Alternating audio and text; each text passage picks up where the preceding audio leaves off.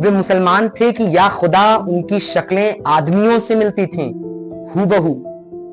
वे महत्वपूर्ण अप्रवासी थे क्योंकि उनके पास दुख की स्मृतियां थीं। वे घोड़े के साथ सोते थे और चट्टानों पर वीर्य बिखेर देते थे। मुसलमान थे या नहीं थे, वे मुसलमान थे। वे ना होते तो लखनऊ ना होता, आधा इलाहाबाद ना होता, मेहराबें ना होती, और वे ना होते तो उपमहाद्वीप के संगीत को सुनने वाला ख्वाजा अमीर खुसरो ना होता। वे ना होते तो पूरे देश के गुस्से से बेचैन होने वाला कबीर ना होता। वे ना होते तो भारतीय उपमहाद्वीप के दुख को कहने वाला मिर्जा गालिब ना होता। मुसलमान ना होते तो 1857 ना होता। कहते हैं वे विपत्तियों की तरह आए, कहते हैं वे प्रदूषण की तरह फैले, वे व्याधि थे। ब्राह्मण कहते हैं वे मलेच्छ थे, वे मुसलमान थे। उन्होंने अपने घोड़े सिंधु में उतारे और पुकारते रहे हिंदू हिंदू हिंदू। बड़ी जाति को उन्होंने बड़ा नाम दिया, नदी का नाम दिया। वे हर गहरी और अविरल नदी को पार करना चाहते थे। वे मुसलमान थे, लेकिन वे भी यदि कबीर की समझदारी से समझा जाए तो हिंदुओं की तरह पैदा होते थे। उनके पास बड़ी बड़ी कहानियां थी, चलने की, ठहरने की, पीटने की और मृत्यु की। प्रतिपक्षी के खून में घुटनों तक और अपने खून में कंधों तक वे डूबे होते थे। उनकी मुट्ठियों में घोड़ों की लगामें और मयानों में सभ्यता के नक्शे होते थे। न मृत्यु के लिए नहीं, वे मृत्यु के लिए युद्ध नहीं लड़ते थे। वे मुसलमान थे। वे फारस से आए, तुरान से आए, समरकंद, फरगना और सिस्तान से आए, तुर्कमेनिस्तान से आए। वे बहुत दूर से आए, फिर भी वे पृथ्वी के ही कुछ हिस्सों से आए क्योंकि वे आ सकते थे। वे मुसलमान थे। वे मुसलमान थे कि या खुदा उनकी शक्लें आदमियों से मिलती थीं हूबहू। वे महत्वपूर्ण अप्रवासी थे क्योंकि उनके पास दुख की स्मृतियां थीं। वे घोड़े के साथ सोते थे और चट्टानों पर वीर्य बिखेर देते थे। निर्माण के लिए वे बेचैन थे। वे मुसलमान थे। यदि सच को सच की तरह कहा जा सकता है तो सच को सच की तरह सुना जाना चाहिए कि वे प्रायः इस तरह होते थे कि प्रायः पता ही नहीं लगता था कि वे मुसलमान थे या नहीं थे। वे मुसलमान थे।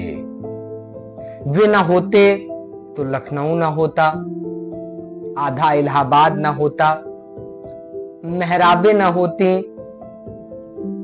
और गुंबद ना होता, आदाब ना होता, मीर मखदूम मोमिन ना होते, शबाना ना होती।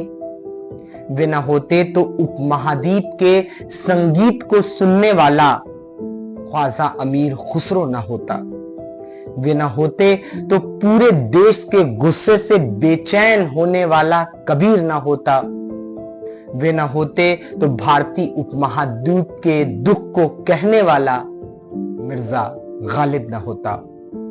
मुसलमान ना होते तो 1857 ना होता। वे थे तो चचा हसन थे। वे थे तो पतंगों से रंगीन होते आसमान थे। वे मुसलमान थे। वे मुसलमान थे और हिंदुस्तान में थे और उनके रिश्तेदार पाकिस्तान में थे। वे सोचते थे कि काश वे एक बार पाकिस्तान जा सकते। वे सोचते थे और सोचकर डरते थे। इमरान खान को देखकर वो खुश होते थे। वे खुश होते थे और खुश होकर डरते थे। वे जितना पीएसी के सिपाही से डरते थे उतना ही राम से डरते थे। वे मुरादाबाद से डरते थे, वे मेरठ से डरते थे, वे भागलपुर से डरते थे, वे अकड़ते थे, लेकिन डरते थे। वे पवित्र रंगों से डरते थे। वे अपने मुसलमान होने से डरते थे। वे फलस्तीन नहीं थे, लेकिन अपने घर को लेकर घर में, देश को लेकर देश में, खुद को लेकर आश्वस्त नहीं थे। वे उखड़ा उखड़ा राग द्वेष थे। वे मुसलमान थे। वे कपड़े बुनते थे, वे कपड़े सिलते थे, वे ताले बनाते, वे बक्से बनाते। उनके श्रम की आवाजें पूरे शहर में गूंजा करती थी।